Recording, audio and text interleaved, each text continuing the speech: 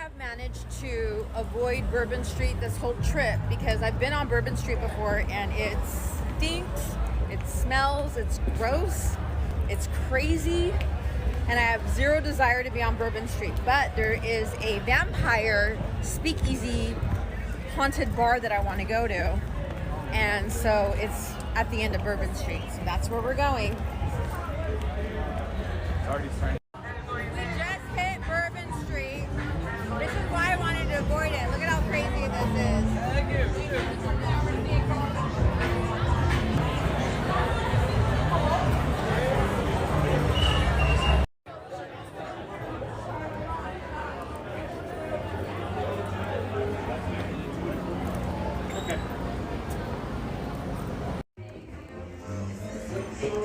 Yeah, this is not safe. Make sure.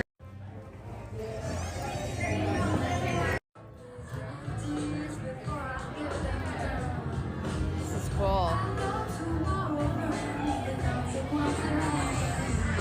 So here's a cool secret. At the end of Bourbon Street, there's a bluesy bar called Fritzl's. You go into Fritzl's, it just looks like a regular bar where they play jazz. You go through these green doors, and there is a vampire-looking guy. He looks like an actual vampire. You give him a password, and he leads you up to a secret vampire speakeasy. So there's a bar, they sell absinthe, alcohol, the one that tastes like licorice. And then you're on top of, this is the patio outside of the speakeasy. It overlooks Bourbon Street. That's all Bourbon Street. That's all Bourbon Street right there. All the crazies are out.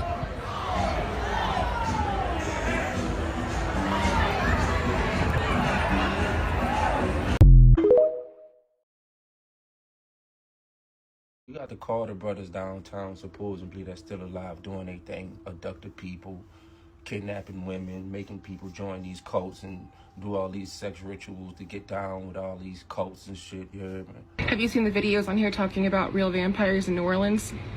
Do I think that they are real? Well, my name is Rachel. I'm from New Orleans, and I'd like to be the first to tell you that not only are they real, but I was personally abused and manipulated in a New Orleans vampire cult. Yeah, the Carter brothers, they behind most of them cults and tribes you see going on with them vampires downtown. New Orleans has always had a prominent vampire culture, ranging from casual Anne Rice fans to full-on sanguine cults. And one of the most well-known vampire groups in New Orleans is an absolute machine for narcissistic, emotional, sexual, and financial abuse. You may recognize this, but you may not be familiar with Father Sebastian. You know, them vampires ain't all that to be around, you heard me, if you ask me. If you want to go ahead over there, then go over there and let them run into you, some vampire diaries. Oh, you gonna get vampire diarrhea, right? You heard me? Who just look like they cute with it, cause they dress nice and shit. Even them people downtown dressing like vampires. Some of them playing a little role, you heard me, acting like it. Then they got them ones that's inside them bars, getting in and snatching them little young women and young children up, or them, people who can't really defend and protect themselves, you heard me? Putting stuff in your drink and everything to make you go crazy. Next thing you know, you chained up in a dungeon somewhere, getting your neck bit on. Literally. Chained up in a dungeon somewhere, getting your whole neck bit on. Nigga draining you of your blood and torturing you, you heard me? Man, this shit been going on for centuries. Centuries. This is a true story of how I ended up in VIP with a vampire. For those of you that don't know, I'm a dancer in New Orleans. And trigger warning, this is the craziest shit I've ever said. Definitely the craziest shit I've ever seen. So last Friday, I walk up to a man at the bar and he's very clean cut. We begin to talk. He tells me that he's a doctor, very charming, the type of man you would want to take to the VIP. So we ended up going to the VIP and he wants to show me a picture of his girlfriend, which isn't unusual because some guys get off on other girls finding their woman attractive. So I'm here for that. Let me see her. I'm gonna hype her up. But he scrolled on the wrong picture and he panics and he tries to scroll, but he knows that I had already seen it. And he asked me, "What do you think?" And we're just both in the VIP room staring at each other like, I say, "What is that?" because all I see is a girl on a bed covered in blood with a man with the home IV drip. My first impression is I'm in the room with a serial killer. He then proceeds to tell me that he likes to draw his girlfriends and rub it all over his body during, and then afterwards, the only way he can feel close to a woman is if he drinks her. So I say, would you like to leave me a tip? Because that was weird as shit. Just kidding, I didn't say that, but he did give me a $300 tip and said he was coming back. I want y'all to check this video out, man. It's very interesting, to say the least, man. I will say this, though. I cannot confirm or deny anything that's about to get ready to be said in this video, but as always, I ask that you guys use discernment when dealing with the information. Let's go ahead and jump into it. Kings, queens, and everybody in between. I don't know if you know or not, but there are vampires in New Orleans. Let's talk about this. So basically, if you read the Anne Rice classics, they speak of it. They speak of a place that you can go in New Orleans, a bar, where vampires reside. Now, people get it misconstrued. There are vampires that will suck, pause your blood, but that is not the only type of vampire. There are different tribes of vampires. I think the ones that do the blood, they're more ancient. You know, blood magic, blah, blah, blah, you know, kind of coincides with that. But there are also like energy vamps. But I didn't physically come in contact with one. However, I was in the vicinity. So basically me and a few friends of mine, I said about 4 or 5 of us, but it was only 2 of us actually venturing out. We went to a bar to get some drinks. We went to this bar, and the bartender was like super racist. It was a female. She was super racist. Like, we had to literally force our presence in her face for us to serve us a drink. And when I got my drink, I said, fuck this and this, fuck you and this drink. So I didn't pay for it. She made the drink. It was exquisite. It took her a lot of effort, and I left it there and didn't pay for it. Now, so we started looking. I'm very into, if you ever read all the Anne Rice books, you know, the ones that you know, Interview with a Vampire, Queen of the Damned, if you've read those, there is a lot of like innuendos to vampirism, real vampirism in New Orleans, okay? And so I'm a little intoxicated. Me and a friend of mine, we're both a little intoxicated. So we said, we're gonna go find this bar. Now, you really have to know New Orleans to go to one of these bars. We went to the bar, and so we both said, we're gonna focus. We're gonna focus on one person. Now, we didn't know, I'm pretty sure everybody that's there isn't one, but in this case, we focused on one person. Now, we were there for about 45 minutes before we got any quote-unquote action, but we picked out a guy, and the guy was like, once the guy knew that I was looking at him, he focused on me. Now, when he focused on me, I felt like I was in the bottom of a pool. Have you ever been in a pool where you don't really hear anything and you're able to hear your heartbeat? That's how I felt. And we chose to look at the same guy. So he's like, I hear my heart like, doom, doom, doom, doom, doom, doom. I hear my heartbeat. And I'm freaking out because I felt this way before when I was high, okay? But it was like, I was so, I don't know, I was so taken by it. I was like, you ever been like, have you ever knowingly been in a dream and you're trying to wake up? That was my dilemma. I was trying to wake up. I feel like I was in some type of trance because this dude, I walked around and this dude's eyes did not leave me. And this is going to be important at the end of the story. His eyes would not leave me. Like, I walk around and his eyes were just staring at me heavily. And once his focus was on me, he was the only thing I saw. Pause, because that sounds kind of homo. But that was the only thing I saw. That was the only thing it's like everything else was phased out. Like looking at you're looking at a video and you know how everything glazes out and you just see that. That's all I saw. And so I felt like I was in a fucking trance, and I was trying to break out of it like I was trying to wake up, and eventually I woke up, and when I pulled myself out of it, I heard the music, I heard the people talking and everything. and I tapped my boy. I hit him hard as fuck because I hit him once, he didn't respond. I hit him again, and he finally moved. When this happened, it's like he woke up out of a trance, right? So we got the fuck out of there. We got back to the hotel, and I asked him, I said, bro, are you okay? He said, yes, because I was no longer high. I was no longer drunk. I was sober as hell. I was super sober. And when this happened, we got to the place. I said, okay. So I said, we like was with powwow, and we had our friends with us, and I was like, okay, so I'm gonna tell you about my experience, because they were ussies, okay? They were scared to go anyway. And so I told him about my experience. I said, dude, this dude locked his eyes on me, and he never stopped looking at me. Never stopped looking at me. And my boy said, that's fucking impossible, bro. I said, why? They said, because the guy never took his eyes off of me. Mind you, we both have the focus of this person, and he never moved his eyes from either of us. However, we're in different locations. Now, I'm not going to tell you the bar. Read the fucking book and find out for yourself. Enjoy the books, because the books, and get all the Anne Rice books, like not just the Interview with a Vampire and Queen of the Damned. I don't even think that's like the legit name for them, but that's the stories that you would know. But get the books, man. Read them. I promise you, bro, they're real. There are different versions of it, and I've heard someone say this, and it like made me like my heart skip a beat. Said there are some that really just they suck up, your energy, positive energy, sexual energy, bad energy. You name it, they can suck it. But man, cucumbers taste better pickled, man. But be careful.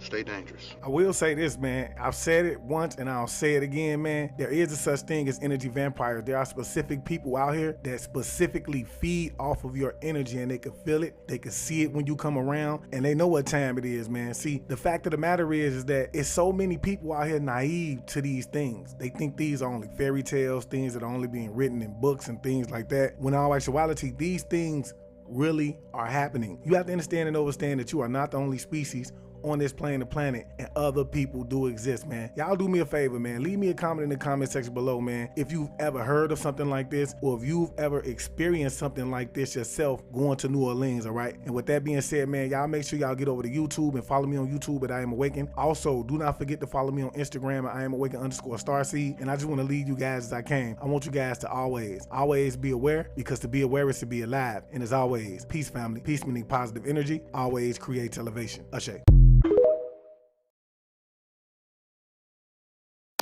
Let's talk about Marie Laveau, the voodoo queen of New Orleans. Y'all see what I did there? Now, if you're from New Orleans, if you've watched American Horror Story, or if you just know your history, you would know exactly who this black queen was. But if you don't, I'm here to enlighten you. She was many things. A dedicated practitioner of voodoo, a healer, an herbalist, an entrepreneur, a prominent female religious leader and activist, and she also did root work and would conjure Native American and African spiritualism, as well as Louisiana voodoo and traditional Roman Catholicism. She was Catholic. And she also owned a beauty salon. Now, if you watched American Horror Story, the Coven season, Angela Bassett played her, and she did an excellent job. You would see how she basically like owned the salon on the show, basically as like her cover-up job, but really she was much more than just a hairstylist, y'all. But she took on many wealthy clients, and I felt like that's really how she got like her word out there too, in her clientele, by, you know, people coming into her hair salon. And even though people already knew her, but she would get many wealthy clients to come to her hair salon. And there are still descendants of Marie Laveau living today. And they're extremely proud of their heritage, and they educate and enlighten and still teach to this day. But people would literally travel from all over. I'm talking about wealthy people would travel all over for the help of Marie Laveau. They would come to her for fertility issues. Back then, you can't just, well, you could go to a doctor, but their technology, they weren't that advanced. They would literally come to her if they needed help with fertility reasons, with financial reasons, if they just need some advice. I mean, who don't want advice from the voodoo queen? They would come to her for family affairs, for her to grant them wishes. Anything that you could possibly desire, you could come to her, pay her, and your wish will be granted. And she's buried in a cemetery in St. Louis, which is extremely popular. Like I said, people from all over come to visit her grave. They leave offerings, they leave her all type of flowers, and they ask for wishes. It's a lot of stuff that people do, but it is a tourist attraction. And she also has different little like shops and knickknack shops in New Orleans that people come to try to, you know, pay respect, and they just find her extremely interesting. And it states that she was born in 1801, but like some people said that they believe that she was born in like the late 1700s. Now, some may say the woman in this picture is her daughter, is her, but rumor has it no one has an exact picture of what Marie looks like. When my mother was younger, there would be this lady that always came in her mother's house. When she came in, she would always ask to use the bathroom. Then she'd leave. Whenever she left, my grandfather got enraged and lost his motherfucking mind. Long story short, she was placing demonic objects in the bathroom. Demonic objects that would influence my grandfather to become enraged. When they threw it out, he calmed down. When she stopped coming over, he stopped getting enraged. Be careful who you let in your goddamn house. So let's talk about how I met my first witch in New Orleans. First witch ever.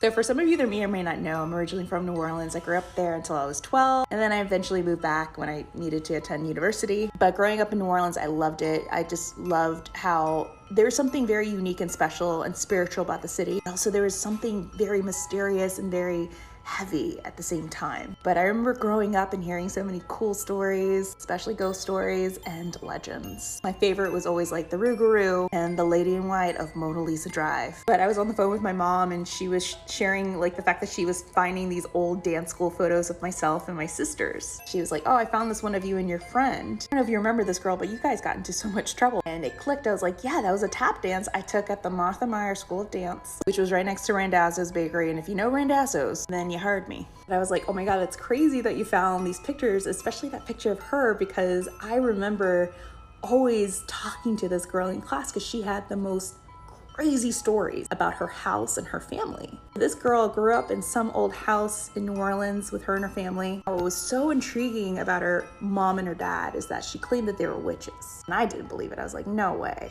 But there was something very unique about this girl. Like, she had pale skin, dark brown hair, dark brown eyes, and freckles. She would always claim like, oh, there was like ghosts in my house. She would always tell me how her mom and dad would try to communicate with whatever was in the house, and also about their practices, like the herbs that they would burn, and like, I guess like these chanting circles. I still didn't believe it until one evening I got a chance to meet her mom. After class, she's like, you gotta meet my mom and my dad. I said, okay, whatever. I leave the class with my little ballet tote, and lo and behold, out of a sea of like perms and high-waisted Jordashes, there's this striking woman dressed up in this lace Victorian-like gown. I'm telling you, gorgeous, like dark black hair, bright red lipstick that matched perfectly with her nails, and pale skin. She had all sorts of silver jewelry, and it was like looking at the love child of Stevie Nicks and Elvira. Then her dad comes in. Her dad's dressed up in all black with silver jewelry, black hair, black stash. And of course, like the first thing that comes out of my mouth after she introduces me to her parents is, are you witches? And both of them laugh. I'll never forget the way she smelled. She smelled like frankincense. Then I asked her, is it true that you guys like speak to ghosts? And her reply was, oh, they just speak to me. Then they start getting ready to leave. And I told her, you know, it was nice meeting you. And I'm just like still shook with the fact that I met a witch. And then she stops, and then she looks at me, and then she said, it was nice to meet you. Don't be surprised if one day these ghosts end up talking to you.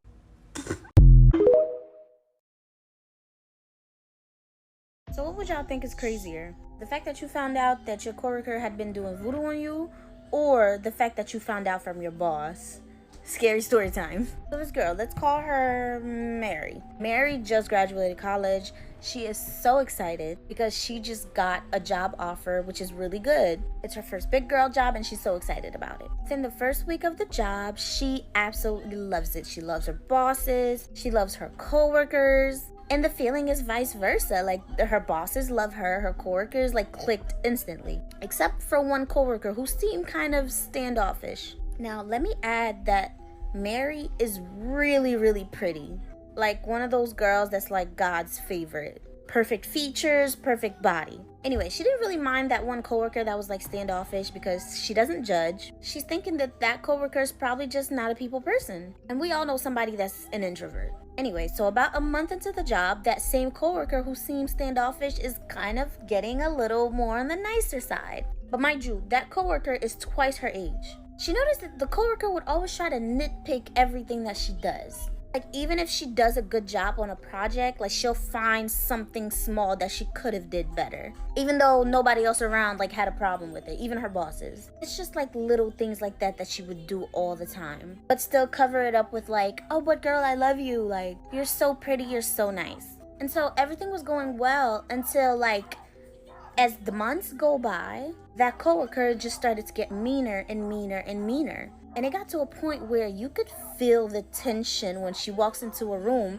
and Mary's there. Like, you can tell she does not like Mary. Now, don't get me wrong. All the other coworkers, like, they noticed it, but they all thought that she was crazy for not liking Mary. Because Mary's literally the nicest person in the world and she's so sweet. So fast forward, it's Christmas time, and her job is having a Christmas party. She couldn't make the party because she had to fly back home to visit her family for Christmas. And so Christmas went great, New Year's went great, she comes back to work. And the first day she comes back, she notices that the coworker isn't there anymore. So she asked somebody, she's like, oh shoot, what happened to so-and-so? She didn't come to work today? And everybody looked at her like, girl, boy, did you miss so much. She was like, what did I miss? Like, what happened? And so right then and there, one of her bosses calls her to the office. And now she's a little nervous because she's like, I wasn't even here. What could I have possibly done? And so she goes into the office with her boss. And her boss sits her down and says, I'm so sorry. She's like, what are you sorry about? Boss is like, are you okay? Like, are you feeling good? Has anything been weird for you? She's like, no. Can you tell me what's going on? So her boss starts telling her that at the Christmas party, other coworker got a little drunk, and when she found out that Mary wasn't coming, she showed her ass. She starts saying, good, I ain't want that bitch here anyway. I don't like her. She's so stuck up. She thinks she all that. She has all y'all wrapped around her finger, but she ain't full of me. She's not gonna be in this job for too long because I've been trying to get her out the picture. And so everybody's like, what do you mean get her out the picture? Mind you, she's drunk, y'all. And she's like, oh no, not like that. I'm not trying to unalive her or anything. I'm just doing voodoo on her. Everybody's like, what? What reasons do you have to do voodoo on her? Long story short, she was kicked out the party because she was so drunk. Received an email, got fired the next day. Because apparently she would bring like little voodoo stuff into work and put it in the coworkers, like in Mary's office. Like anything Mary owned, like coffee or anything, like a picture, she would try to like, for example, after the talk with the boss, Mary went to check her office, only to find that at the bottom of her door, like the corner bottom, there was a piece of paper with Mary's name on it 7 times and a little clump of Mary's hair. How did she get Mary's hair? She has no idea. And so the boss kind of explains that to her, and she's like, what the actual fuck? Mary must have been really protected because none of it worked. She can only assume that that's why over the months she was getting meaner and meaner because the harder she tried, it just wasn't working. Now, you may not believe it, but the myth of vampires in New Orleans is deeply rooted in its history and cultural lore. One of the most famous figures in New Orleans vampire lore is the Count Saint Germain, the infamous Count Saint Germain. Now, why do I say that? He's known as the man who does not die and who knows everything.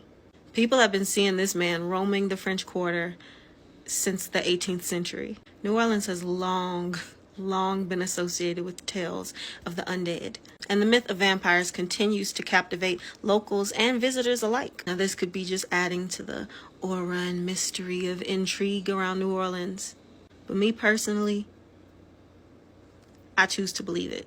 If you have a story or a vampire sighting in New Orleans, stitch this and let us know, because surprisingly, I don't have any vampire stories. I do have these on the long form content place if you would like to support. Thank you.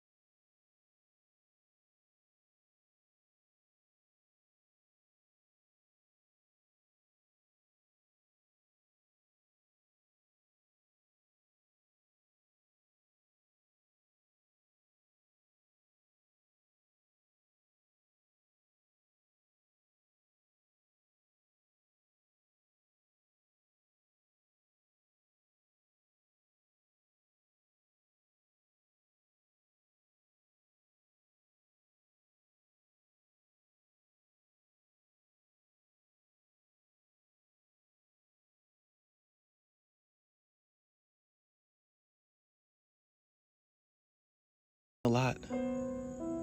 Pasta. I love pasta. With extra garlic. I love garlic. Do vampires age? That's another question I hear a lot. Yes, everything that is alive ages. I just age differently than vampires. Vampires age differently. Like if, hypothetically, this is a hypothetical conversation. I saw this movie, it was on Netflix one time.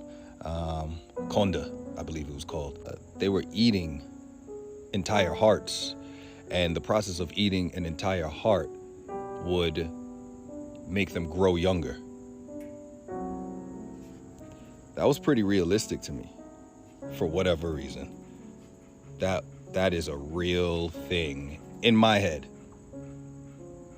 In regards to this hypothetical that we're talking about, that was real. Do vampires live forever? Vampires are not immortal. Like, you can't just sit around and live forever. Like, you could kill a vampire, hypothetically. Hypothetically, you could kill a vampire. There's a few ways to kill a vampire, hypothetically. One way is, like literally. Another way is a wooden stake, but not like, you can't just stab them anywhere. It would literally have to pierce their heart, and you gotta really get it in there, because I've seen some survive that shit. Hypothetically. This is all hypothetical. Can vampires fly? No. Do I need to grab a bird and show you the mechanics of flying? Silly goose. Hypothetically. If you're a vampire and you've been living for a very long time, where's the wealth? This is not every vampire, but a lot of vampires out there know how to live within their means. We know that vampires know that a lot more than humans. I think it's because humans have a limited amount of time on this earth, so they try to gain as much as they can, no matter how it affects their kind. Like, humans would literally poison other humans to get a little money. Vampires know that materialistic things don't matter. They don't matter. You buy them and then you forget about them in a year. We're happy with this gift called the world. Now, don't get it twisted. Like, there's a lot of rich vampires in like Switzerland, Romania, but I wouldn't even call them greedy rich. Like, they're good businessmen. Greed is just not a vampire thing. It's like that's a y'all thing. That's a human thing. That's like a me and you, because I'm included in the group that you're in, because I'm human too. Can vampires hypnotize people? So it's technically not hypnotizing. It's more of it's like, okay, you know how alcohol gives you liquid courage, right? The liquid that's now in your system is giving you the courage to do something other than what you would normally do, right? Okay. From my vampires' palms are able to secrete a sweat-like liquid that if they touch you with it and that gets into your system, it kind of gives you that feeling of being relaxed, calm, as if you just took a couple shots. And then after that, it's just a gift of gab. Hypothetically.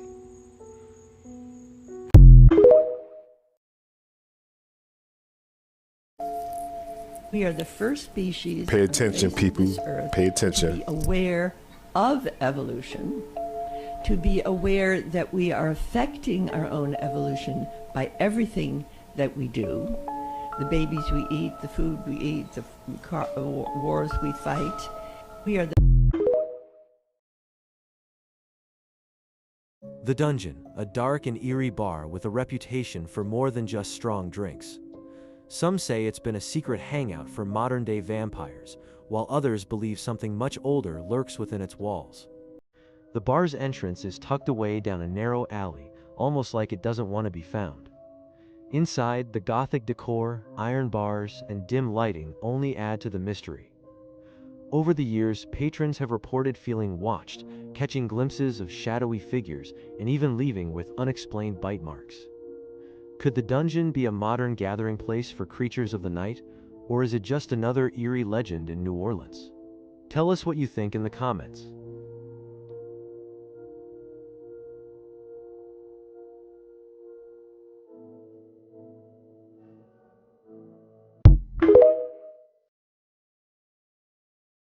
New Orleans is famous for ghosts and vampires, but have you heard about energy vampires? These aren't the blood-sucking creatures from folklore. Energy vampires are real people who drain your energy instead of your veins. In a city as vibrant as New Orleans, where the nightlife never stops and the supernatural feels close, some believe these people feed off emotions, thriving in crowds and chaotic energy. From Bourbon Street to hidden courtyards in the French Quarter, locals say you can feel when an energy vampire is near leaving you exhausted, anxious, or just straight up drained. Vampires in New Orleans. Watch to the end because people are saying this is true. Yo, if you ever find yourself wandering the French Quarter late at night, be careful where you step. New Orleans has long been rumored to be a hot spot for real-life vampires, and some people who went looking for them were never seen again. Locals say there are underground bars and secret raves where vampires gather, and some people willingly offer their blood just to be a part of it. That's crazy. But here's where it gets really creepy. Some visitors claim they drank something at these bars and felt dizzy, sick, and even woke up with strange blood clots. Okay. New Orleans isn't just known for its voodoo queens, witches, and werewolves, but also for these so-called vampires, some of whom will do anything to survive. And if you're brave enough, you can go looking for them, but don't say I didn't tell you about it. Would you go searching for vampires in New Orleans? Yo, jump in the comment section. If you stay to the end, drop one of those blood emojis and follow for more terrifying stories, spooky stories, scary stories, true crime and conspiracy type stories, and weird stuff. Every single day I see y'all. I don't think he's lying about these witches and vampires in New Orleans. Look at this. You ever heard of this show? You know where it takes place? That's right, New Orleans. Y'all remember this movie, Interview with the Vampire? You know where it took place? New Orleans. Of course, the follow-up show is there as well. Even in this old movie, this vampire left Budapest and went where? New Orleans. I don't even gotta say anything about this one. It's right there. Ever heard of this show, The Originals? It's there too, right in New Orleans. Even the fleur-de-lis is right in the title. Look at it. Not even Abraham Lincoln could escape being put in New Orleans. But wait, there's more. I remember Skeleton Key? Same place. You see that guy behind Aaliyah right there? You know where he lived? Where his main house is at? You already know. Even this hit series took place there. This movie didn't even come out yet, and guess where it takes place? New Orleans. I'm sure y'all heard of Madame Laveau doing her witchcraft and hoodoo down there. They claim there's a man by the name of Count Saint Germain that's supposedly over 300 years old that's in Louisiana to this day. Right down there in New Orleans. There's also an alleged vampire right here on TikTok. I've talked about him enough, so I'm not gonna mention his name. Is this all cinema or is there some truth to it? You guys let me know. Put the bell icon so you don't miss any of my posts. The Real Channel Zero Hard to Find TV out.